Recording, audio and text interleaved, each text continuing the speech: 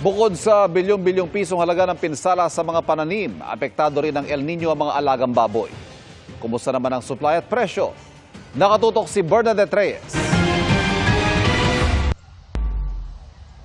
Ang bitak-bitak na lupang ito, isa palang dating palaisdaan na natuyot na dahil sa sobrang init.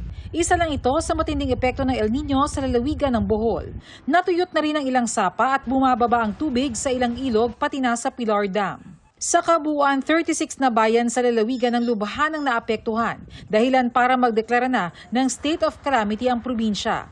Matindi nga ang dagok ng El Nino, partikular sa sektor ng agrikultura. Sa buong bansa, umabot na sa 4.6 billion ang pinsala sa bigas, 3.17 billion naman sa mais, 1.6 billion sa high-value crops, habang 10.47 million naman sa livestock and poultry.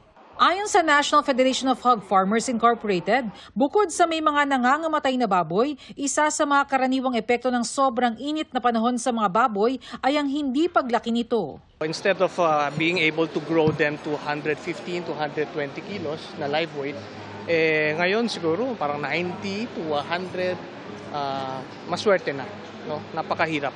Dahil mahal pa yung feeds. So siyempre, ang chances are, yung mga farmers, kahit na maliliit yung baboy, pagka nasa sapat na age na yun, ilalabas na rin yun. Yung maliliit, na nakakatay na. Kasi naman sa walang paninda.